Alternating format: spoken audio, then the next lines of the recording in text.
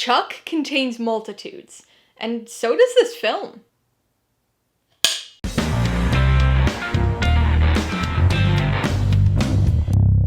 Hey everybody, welcome to Mainly Movies. As part of my coverage of the 2024 Toronto International Film Festival, today I'm going to be talking about the 2024 sci-fi drama, The Life of Chuck, which will finally get a limited theatrical release on June 6th before expanding on June 13th.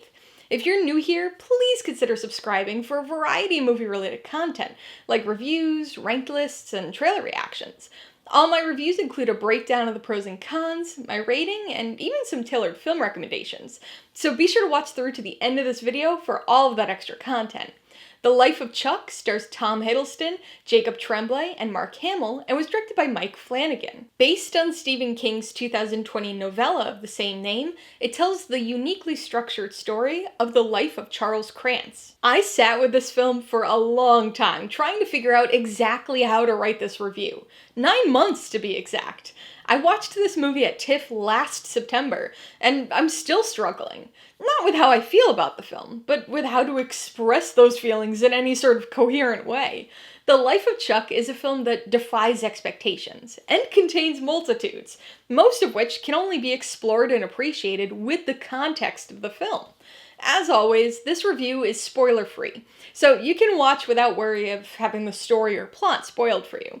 It's also worth noting that the teaser trailer and official trailer are thankfully safe on that front too. But if you haven't read the novella, I would advise you to be careful with other reviews or descriptions of the film. This is definitely one that's best appreciated with as little story information as possible. Though a little foreknowledge regarding what to expect with the structure of the film might be helpful in mentally preparing for the experience. If the channel name wasn't enough of a hint, I'm a Maine-based reviewer. I live 15 minutes away from Stephen King's house, and like any good Mainer, I've been a huge fan of his books since I was 12 years old. I've reviewed dozens of his films, which you can check out here, and am always excited each time a new one's announced or released. Needless to say, The Life of Chuck was my most anticipated movie of TIFF last year. Like many of the best Stephen King adaptations, this film was based on a novella, this time from his 2020 collection, If It Bleeds. Veteran horror director and frequent Stephen King adapter Mike Flanagan helms this movie, his third Stephen King film following Gerald's Game in 2017 and Dr. Sleep in 2019. It certainly seems like he's becoming the next Frank Darabont.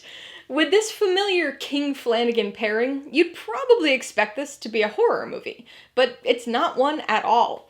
Instead, this is an existentially sci-fi tinged drama that focuses, unsurprisingly, on the life of one Charles Krantz.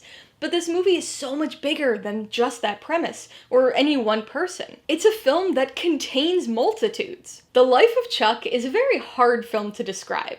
It has a plot, sort of, but not one that you can really explain without the context of the rest of the film. That's assuredly not a satisfying thing to hear for anybody who hasn't seen the movie yet, but it's the truth. This is one you just have to experience for yourself. Even a spoiler review wouldn't be able to accurately capture all of this film's multitudes for somebody without their first having seen the film themselves for context. This is a movie composed of many pieces, small snippets of life. Some of these work better than others as solitary standalone pieces, but this film is much bigger and more profound than just the sum of its parts. In fact, this is a movie that you really need to watch in its entirety before judging. Why? Because of its structure. The Life of Chuck employs a very unique and unconventional structure. Usually when you hear something like that, your mind naturally goes to a non-linear structure, but that's not exactly the case here. This is a linear story. It's just one told in reverse. The film's 3 acts, each introduced with on-screen titles, are presented to us backwards, beginning the movie with Act 3 and ending with Act 1. To explain it in simpler terms, we see the end of the story before we even understand what the story's about.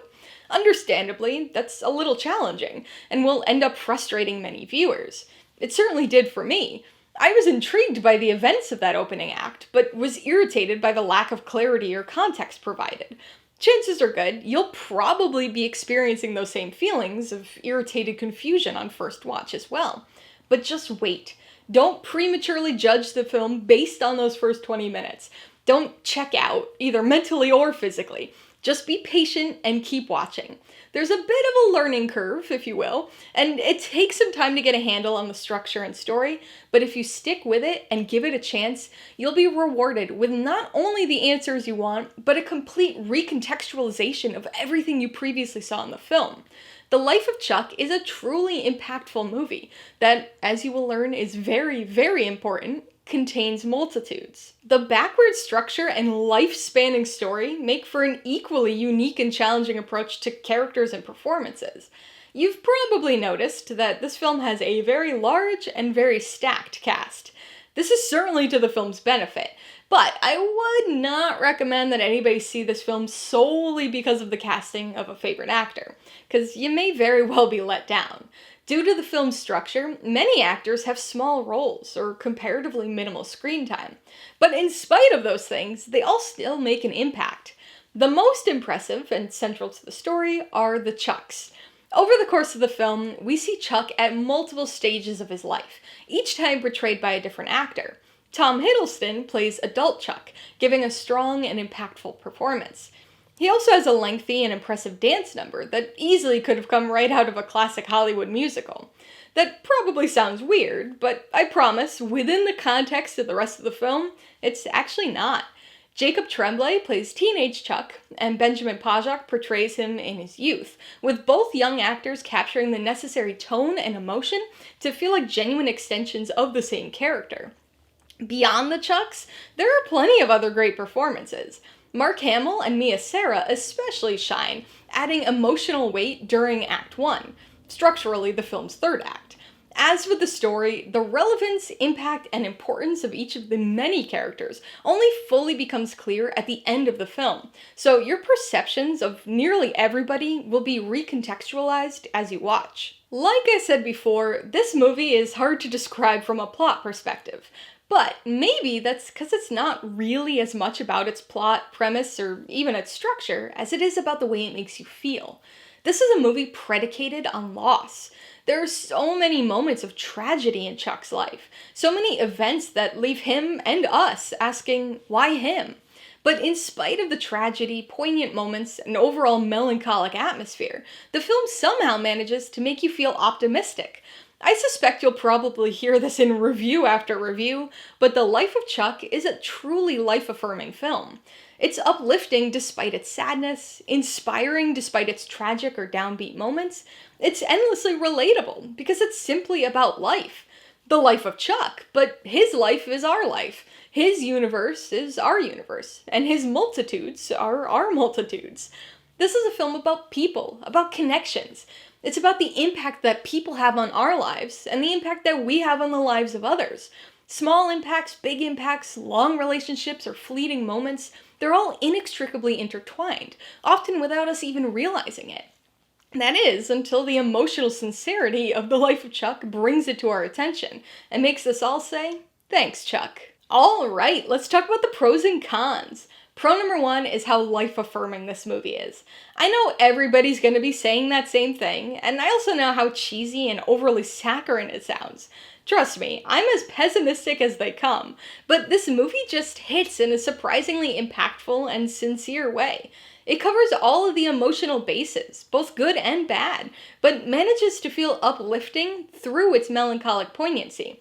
You come away from the film feeling like a part of something with multitudes. Some may criticize it for feeling borderline schmaltzy or over-sentimental at times, that it's a spiritual successor to so-called Capricorn, and in many ways, it is. But it's done with such sincerity that it works. The second pro is the structure. This film utilizes a unique and atypical structure for its story. That usually brings to mind something non-linear, but that doesn't quite capture what this film does. This story is linear, just told in reverse, beginning the film with Act 3. Movies that tell their stories out of usual order can be very interesting, but they sometimes run the risk of feeling gimmicky, because that order doesn't necessarily serve a story purpose. Thankfully, that's not the case here at all. Instead, this movie makes brilliant use of its reverse structure. It may seem like an odd choice at first, but the film gains so much from its story reveal and the emotional buildup, recontextualizing everything that came before it, or technically after it in this case. Pro number 3 has got to be the performances. This film features a stacked cast with great casting and solid performances all around. The structure and 4-decade-long story reduces the size and screen time of many roles, but each person plays an important part in the story. Tom Hiddleston is great as adult Chuck, performing a very memorable dance number along the way, but Jacob Tremblay and Benjamin Pajak are also very good as younger versions of Chuck. And of course, we can't overlook the emotional heavy lifting that Mark Hamill and Sara do during Act 1. On the con side, the biggest issue is what can be best described as the film's learning curve. I realize that might sound a little weird, but the structure of this film definitely takes some getting used to. Now, obviously, I already put the structure itself on the pro side, and it is straightforward enough to follow, or straight backward, I guess, but that opening third act is understandably confusing without the context of the rest of the film. I mean, we're essentially seeing the end of the story before we even know what the story's about or who Chuck Krantz is. Throughout the act, you're left desperately wanting to know what's going on, and getting no answers or clarity, not to mention being presented with a scenario that feels very different from the rest of the film. It's bound to frustrate a lot of people, but don't give up or formulate your opinions on the movie too early. Patience is key here, and will be rewarded because the relevance of that opening third act will be clear by the end, with the film recontextualizing its earlier moments as it goes further and further along. Before I give you my rating and recommendations, I want to remind you that if you're interested in buying The Life of Chuck, or any of the other films I mentioned today, I do have affiliate links for all of them in the description below. I get a small commission from anything you buy using one of my links, so I'd really appreciate it if you'd use them, if you're in the market for any of these movies. I'm gonna give The Life of Chuck 4 out of 5 paws. It's a touching, life-affirming ode to the impact that we have on others and that others have on us. The linear but reversed structure takes some time to get used to, and may frustrate some impatient viewers, but the film makes brilliant use of its unique structure to tell an emotional tale that contains multitudes. 39 great years. Thanks, Chuck. I would recommend The Life of Chuck to just about anybody. The film begins with an admittedly genre-tilted spin that might cause some people to prematurely and incorrectly judge the movie, but if you stick it out, you'll be rewarded with a relatable film that's both surprisingly slight and massive in existential scope. It's a movie that's guaranteed to make you feel many things, and find yourself considering various aspects of your own life. Prospective audiences should know that even though The Life of Chuck is a product of both Stephen King and Mike Flanagan, it is not a horror film. So if you come in expecting anything remotely horror-related, you're bound to be disappointed. That said, horror fans, don't let the lack of horror here dissuade you. Still go and see this movie, because I think you'll like it and connect with it for entirely different reasons. If you liked The Life of Chuck, I would recommend It's a Wonderful Life. Although most often associated with Christmas, this is a film that goes well beyond its holiday subplot. Featuring a unique structure, excellent performances, and that endearing Frank Capra sentimentality, this is another wonderfully life-affirming movie. If you prefer something a bit less schmaltzy, you might want to watch Stranger Than Fiction. This dryly humorous, yet still life-affirming existential comedy drama stars Will Ferrell as a man who suddenly starts hearing a woman narrating his life, and endeavors to identify the mysterious narrator after she mentions his impending death. And if you'd like another film about connection and the impact that people can have on those around them, you should watch All of Us Strangers. This film takes a much more somber and melancholic approach to its story and themes, but is another movie that features a unique structure whose impact is not fully understood or felt until the very end. Alright, a couple questions for you guys. Number 1, have you seen The Life of Chuck? If so, what'd you think of it? And number 2, what's your favorite life-affirming movie? Be sure to leave your answers in the comments below so we can get a discussion going. Alright, so if you got some enjoyment, insider information out of this review, I'd appreciate it if you'd hit that like button. And if you haven't done so already, please hit subscribe if you're at it to see more videos like this. Till next time, this has been Alyssa with Mainly Movies, the way life should be.